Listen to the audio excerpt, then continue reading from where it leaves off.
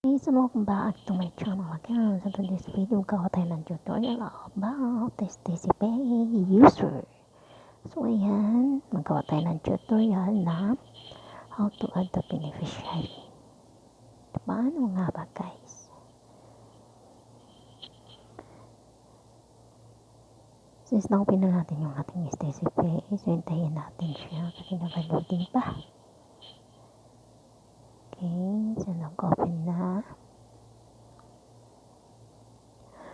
So, hanapin natin dyan yung add recipient. Yan. So, click natin international transfer and then add new recipient.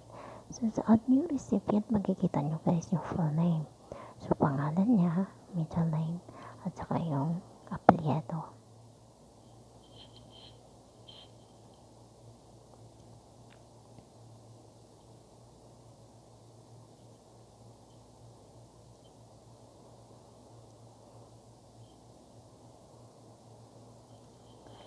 So, yung kapatid ko yung aking nilagay dyan.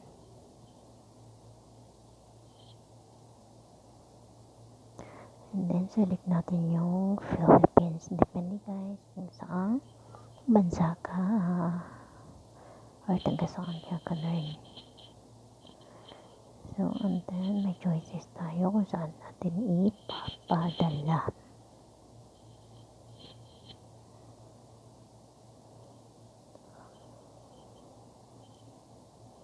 And then, also, select Philippine Peso. Ayan.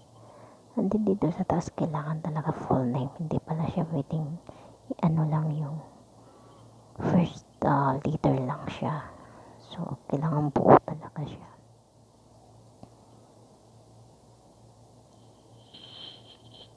Ngayon, proceed tayo. Ayan.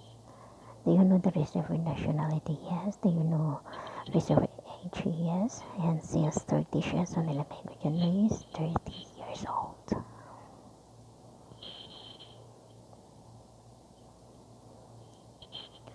And so lagay also natin yung Philippines.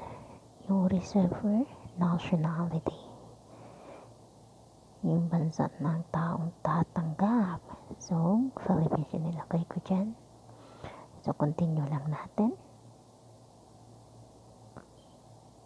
After that, ayun na guys. Check my beneficiary list na siya.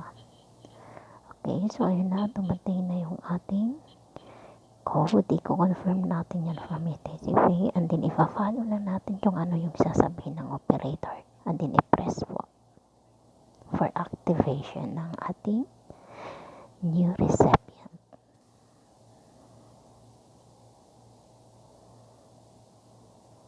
So, thank you for watching.